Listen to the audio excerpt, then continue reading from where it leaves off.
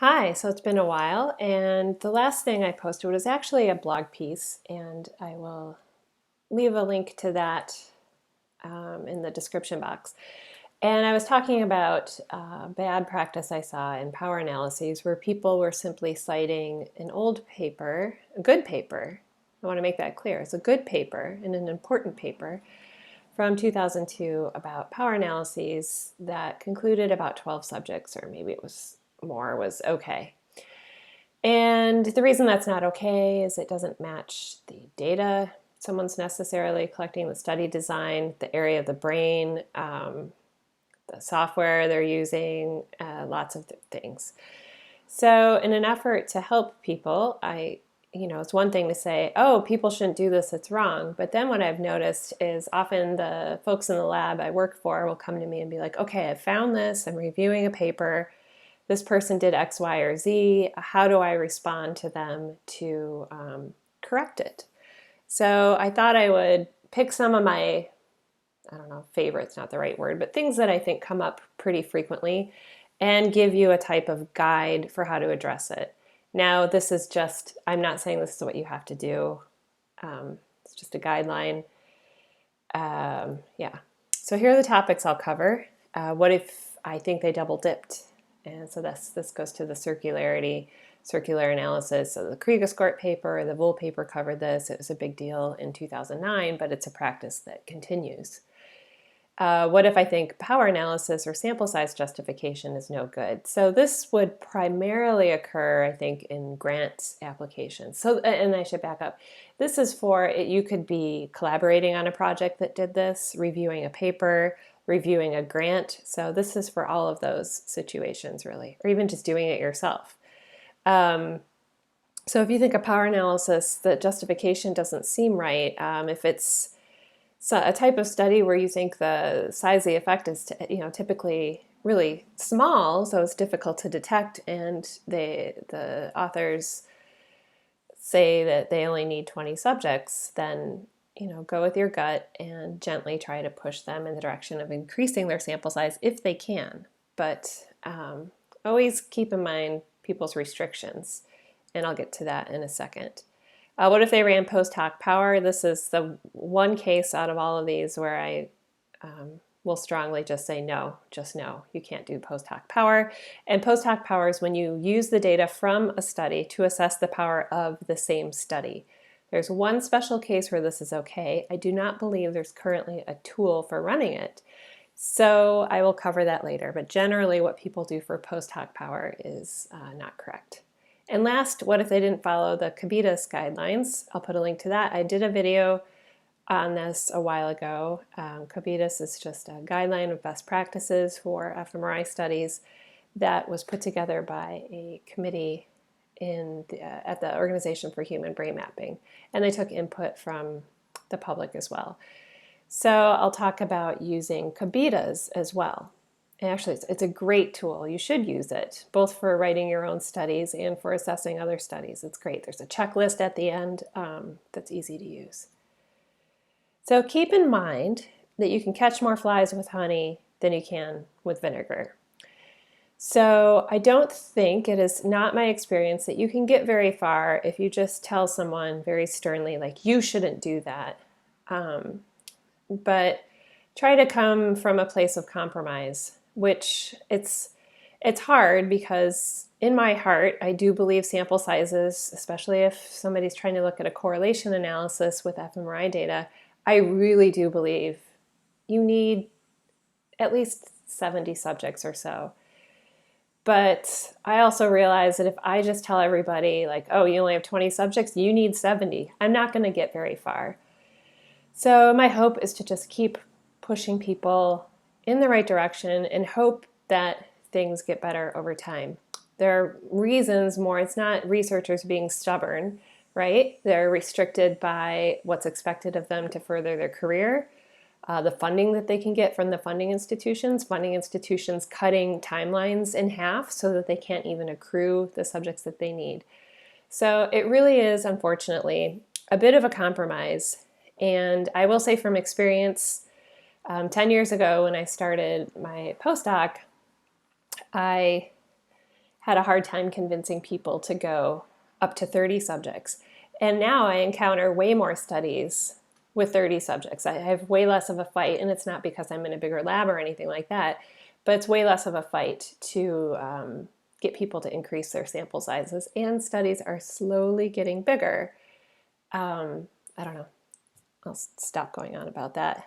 That is just my opinion. If you're working with somebody and you know that you're going to have to be stern with them to get them to do what you want, it depends on people's personalities too. But if you're reviewing, you not only don't want to alienate the authors, but you don't want to alienate the editors. So keep that in mind too. So again, just my opinion. This is what I found works. And this isn't to say I don't just, if I tell somebody to do something and they say no, I don't just roll over and give up. That's definitely not how I operate, but I keep gently pushing to try to move things in the right direction. So don't think I'm some sort of pushover, because that's not the case. Okay, so the first issue is double dipping. So what this is you use data to find significant clusters. So I'm mostly referring to maybe fMRI analyses, but anything that's done voxel-wise. So it could apply to different imaging modalities as well. So then they, based on this significant cluster, extract the same data that were used in the analysis to find the cluster to do an ROI analysis. So they extract the data, typically they average it, and then they run an ROI analysis, same model or different model, and report the p-values. So the worst offender is they use exactly the same model for the ROI analysis as they did for the whole brain analysis. This will most certainly have inflated effect sizes, and the p-values will be way smaller than they should be. Slightly less biased, but still possibly biased, and I wrote a blog post about this a while back, was using different regressors in the model, but the same outcome variable. So say you looked at correct versus incorrect trials, the overall mean in your whole brain analysis to find the cluster, and then you run a 2-sample t-test in the ROI analysis, that is still biased. So that's not something to do. So I'm going to put a link to the blog post that goes with this video, and that will have all the references both to videos I'm mentioning and to papers I'm mentioning, so you can have access to them.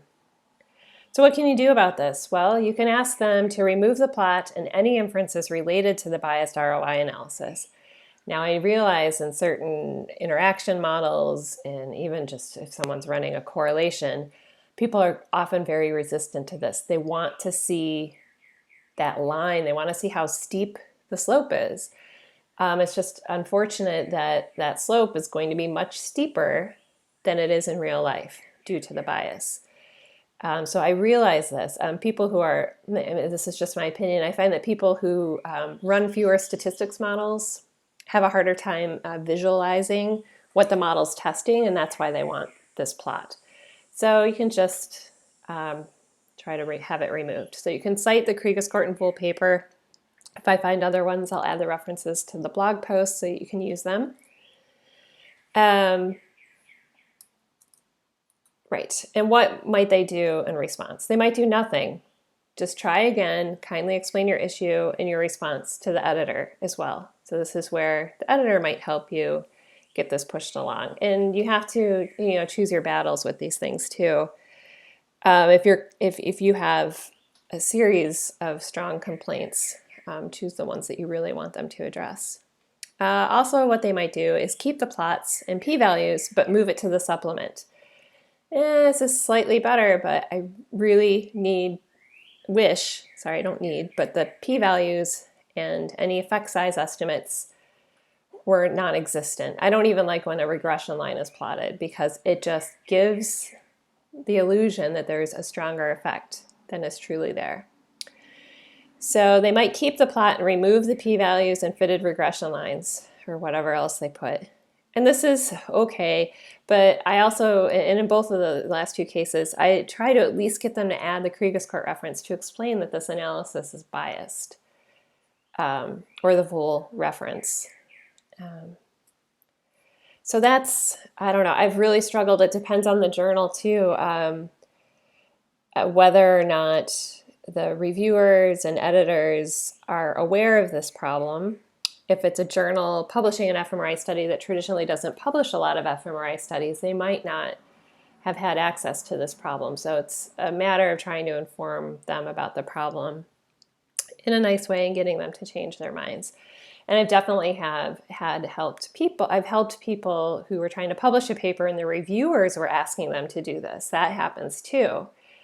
And they went back and forth a few times, and I realized that's a scary situation. You don't want your paper to get rejected because you're trying to avoid something you know is wrong. So typically we go with the supplement, plots with no statistics or anything, and references to the Kriega score, both in the figure legend, and also do not put p-values or effect sizes in the text. Anyway, it's the most you can do. And again, it's a slow process. It's getting better. It just takes a lot of time to weed this out of the literature. Issue number 2, the power analysis might seem off. So this is back to this, we had 12 subjects because of Desmond and Glover. So that's not good. If they cite other studies with 10 subjects that found effects, which I see this one all the time, like, well, this study only had 10 subjects and they found results. That's not necessarily a sign of strong effects. It could be a type 1 error. It's not a sign that the study would replicate if somebody tried to repeat the study. And yeah, it could be anything. Or if they used effect sizes from analyses that were based upon double dipping, or even, if only significant effects tend to be reported and the effect sizes of those tend to be inflated. I will give you a reference for that as well. The power analyses based on those effect sizes are going to be too rosy of a picture of what's really happening. So what can you do? If this study is done and they're trying to justify their power after the fact, I'll talk about that more later, post-hoc power. Fortunately and unfortunately, a lot of journals are now requiring power analysis, not a lot, but some journals are requiring power analyses when you're submitting your paper, right? So you need one, but just stay tuned. I'll talk about that more a little later. You should be running them when you apply for the grant, and then you can just cite the grant, whatever you did in the grant. Okay, also take a step back and ask yourself if this is a field that tends to have larger effects. When I did publish that blog post about, post the blog post about some studies, most studies aren't going to have effect sizes that are big. This is not true across the board. Of course, some fields like vision, they can get huge effects, and it's totally expected and it happens all the time. So, try to gauge how realistic of an effect size this is for this type of study. Ask them if they can obtain pilot data and use an unbiased ROI to do a true power analysis. This is tricky because it actually requires 2 studies. One to get the ROI, or if they could base it on theory and use an anatomical atlas, and one to get the pilot data. I realize this is asking a lot, but it's kind of the best case scenario for now. Power analysis strategies are improving, so we'll see what folks come up with. So just other parts of the studies that could be cut back to allow for more scanning. So see if you can find a way that they could increase their sample size. There was a study I was just looking at that added in resting state data all of a sudden at the end, and it was really a structural MRI study. And I was like, well, why not? Can you nix the resting state? I realize it's cheaper to scan one subject more than to scan multiple subjects in some cases.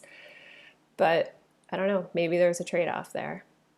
And if you're involved in the study, do your best to prevent from overinterpretation of the results. So if you've done everything you could to try to increase the power or convince people a power analysis was bad, but you're part of the study, just do your best to follow the COBIDAS guidelines and just do what you can, right?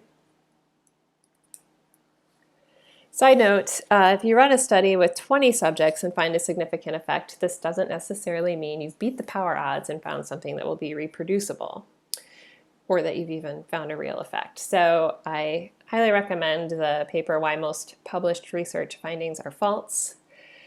And this is just a quote from the beginning. The probability that a research claim is true may depend on a study, power, and bias, the number of other studies on the same question, and importantly, the ratio of true to no relationships among the relationships probed in each scientific field. In other words, it's not as simple as saying, well, you know, it had 30% power, I just lucked out and I fell into that side of things. You know, it could be so many other things, and you don't want to, yeah, I don't know. Okay, so recommended tools, there's fMRI Power, that's my power analysis tool. It's MATLAB based, and it's just an ROI based approach. Neuropowertools.org is Yoka Durna's, D-U-R-N-E-Z. That's how you get to her tools. And hers are great. You just need stat maps. You just need your Z-stat map, I think, or it could be T-stat map.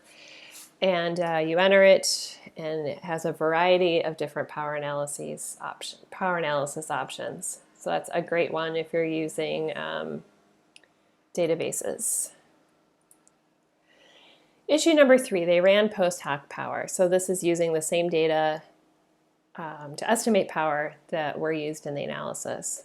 So unless they're using specialized techniques, and the only paper for neuroimaging I know of is one by Yoka Durna's, who I just mentioned.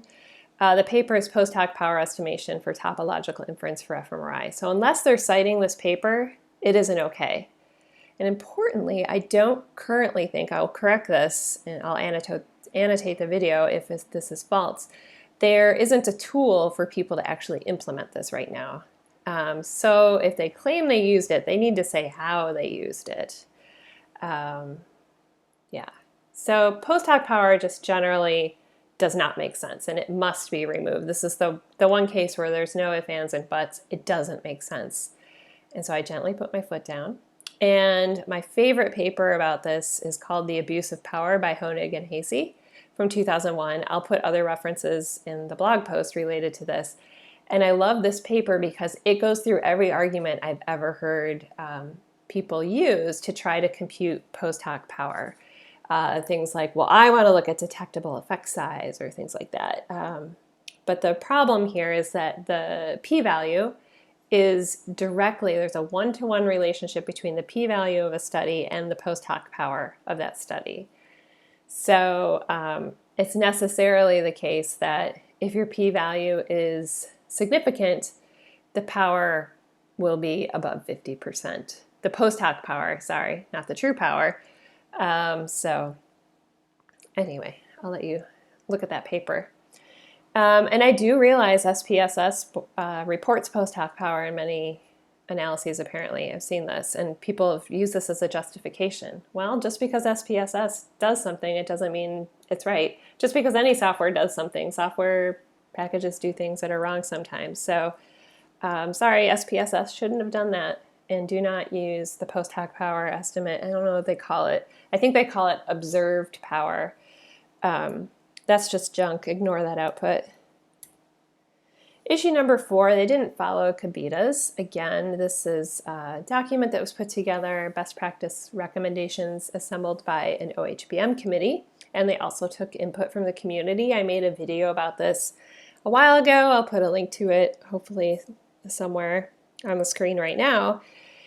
And it's just a list of best practices. It's really useful. And how can you use this? What should you do? Cite specific things that you wish somebody had done, and be specific. Don't just say, your design setup doesn't make sense. I could never create this design again. But be a little more specific, because put yourself in their shoes. They're so into the study that they probably thought maybe that they gave enough description to fully understand how they set up, say, the regressors in their model.